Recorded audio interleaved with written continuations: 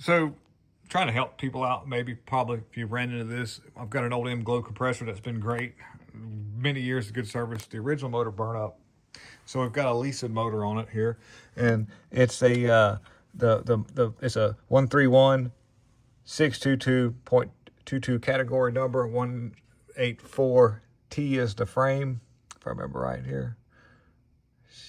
Yes. And so anyways, how to wire this thing up. It gives you a little schematic right here. And of course my camera doesn't focus very well, but line 1 goes to phase 1. So in other words, right off the gate, one of our 220, which is, you can see this is a 220 volt, 208 volt single phase electric motor, by the way. Just to give you an idea of what we're looking like. It's got a safety button on it, or like a breaker switch right here.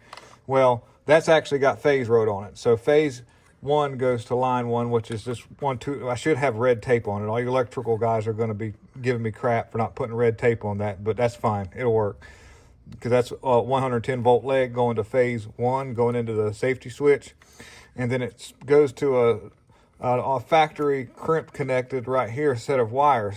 And what this is set up for is if you want to make this motor in reverse rotation. I'm running it clockwise, so I'm not going to change much other than, well, I'm not changing it. So you have a T8 right here. That's what T8 is.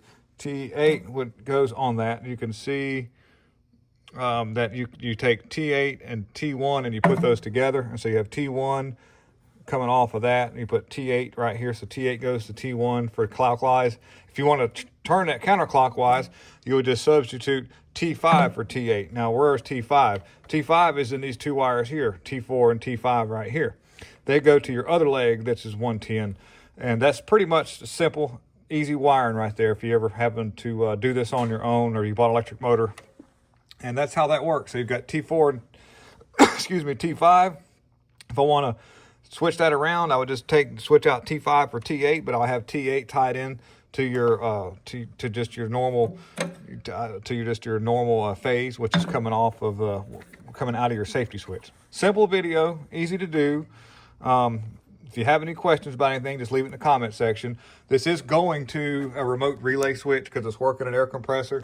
And there's a little rundown of that, you know, in case you need to know. I've got line voltage coming in, going into the top part. The relay switch has some wires that go to hook up for the relay closure whenever this thing right here does what it's supposed to do.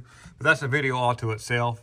And our switch parts down here, you've got a safety release right there as well, and I wired into that. But this all used to be one unit hooked to the original motor, so I had to move that and remote mount that on the wall. And I'm going to secure this wire a little bit better, but that's basically it. Hope this video helps you wire up this Leeson motor. Probably very few people are going to watch this video, but whoever does, this will be handy because this is the only one I've seen of this particular model motor. Thank you.